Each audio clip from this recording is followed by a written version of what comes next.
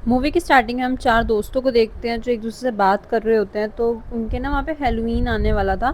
तो उसमें से सारे दोस्त कहते हैं कि उनके क्या-क्या प्लान है, तो उसमें से जो एक लड़का था माइक, वो यहाँ ये बोलता है कि मैं तो हमेशा से जैकब को, एक लड़का है उसे परेशान करता हूँ, मैं तो उसी को ही करूँगा, क्योंकि मुझे उसको परेशान करना बहुत ज़्यादा ही अच्छा लगता है।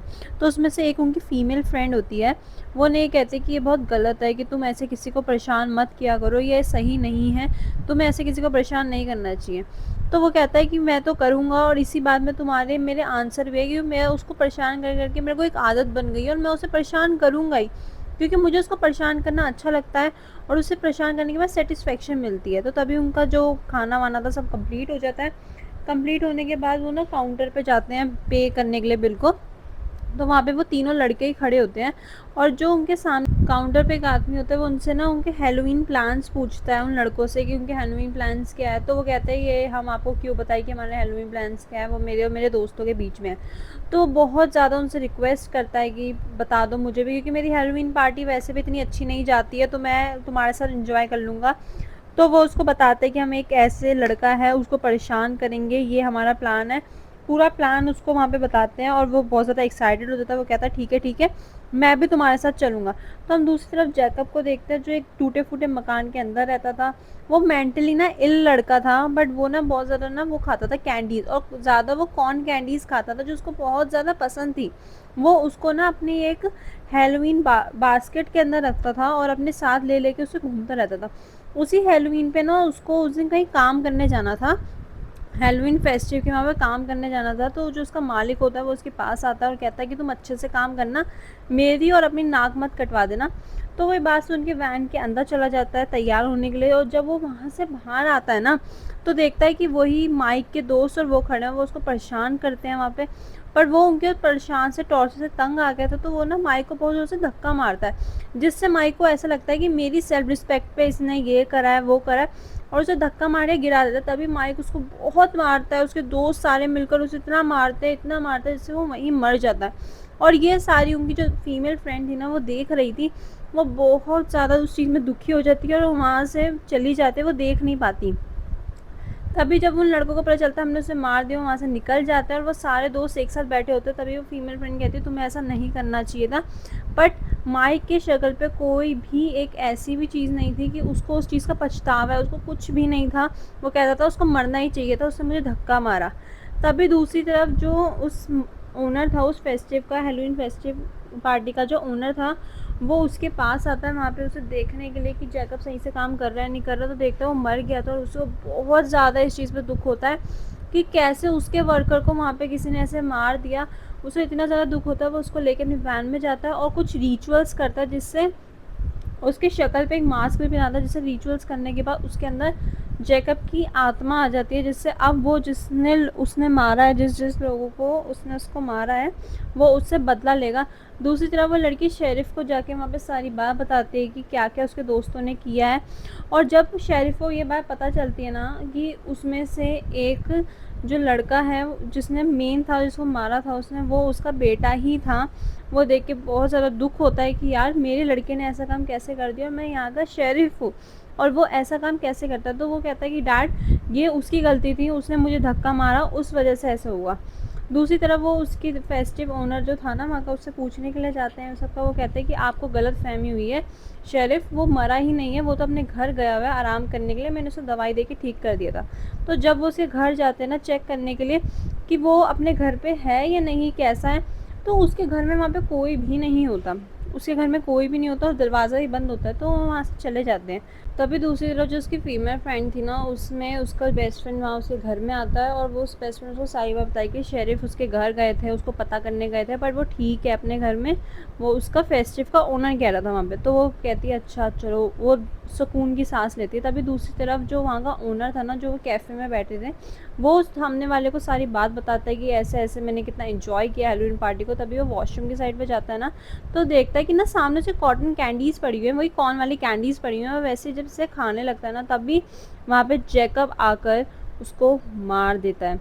उसके जो पेट पे ना, वो पूरी उसके पेट की जो इंटेस्टाइन थी जो सब थी वो सब निकाल देता है और उसको बहुत ज़्यादा मारता है। तभी तो जो वहाँ पे शेरिफ आ जाते हैं, और शेरिफ को ऐसा लगता है ये सब जैकब कर रहा है, क्योंकि जैकब अपने मारने का बदला ले रहा है जो उसको लोगों ने मारा था।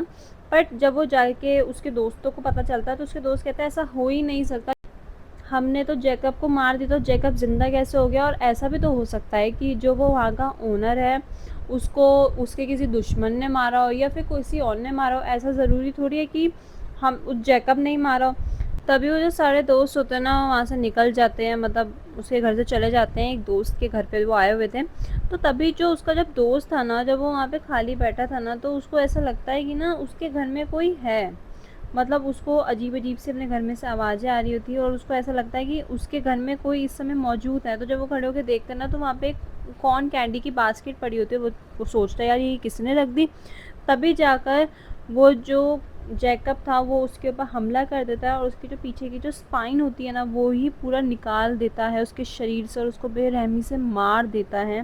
तभी शेरिफ जो फेस्टिव वाला जो आदमी था उससे पूछने के लिए जाते हैं कि ऐसा क्या हुआ था उस दिन, हमें ये सब बताओ। तभी ना एक पुलिस वाला और आता है वहाँ पर और वो उसको ये आके बोलता है कि एक और ना दोस्त है माइक का, उसकी डेथ हो गई है उसके घर में ही, वो मर गया है। तो वो उसको ये बताता है तो वो उसके होश उड़ जाते हैं और फटाफट वो वहाँ पे जब चेक करने जाता है ना तो उसको ऐसा ही लगता है कि ये जैकब ही कर रहा है, जैकब इन सबको मार रहा है और उसके बजाय कोई नहीं मार रहा, वहाँ पे वही मार रहा। तो वो उसके घर में जाके जब चेक करते हैं ना तो उसको वहाँ पे एक डेड बॉडी मिलती है एक औरत की जो बहुत सड़ान मार रही होती है, वो उसकी मॉम की थी। बट उसके केस से ये सब तो लेना देना था ही नहीं ये बॉडी का। तो वो उस बॉडी को ले मतलब उठा लेता है बट चले जाते हैं वहाँ से।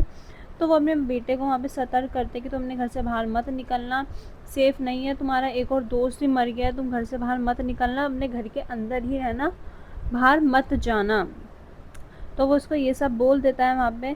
बोलने के बाद जो दूसरी तरफ जो था ना फेस्टिवल वाला ओनर, उसके सामने सारे लोग बैठे होते हैं और जो उसके डैड थे ना वहाँ पे उन्होंने सारे जो हैलोवीन की पार्टी जो होनी थी, जो सब कुछ है ना सब बंद करा दिया। तो जो फेस्टिवल वाला जो आदमी बैठा था ना उसके सारे वर्कर्स बोलते हैं ये आपने गलत किया, ये नहीं करना चाहिए था, हम सबका जो काम है वो चौपट हो गया।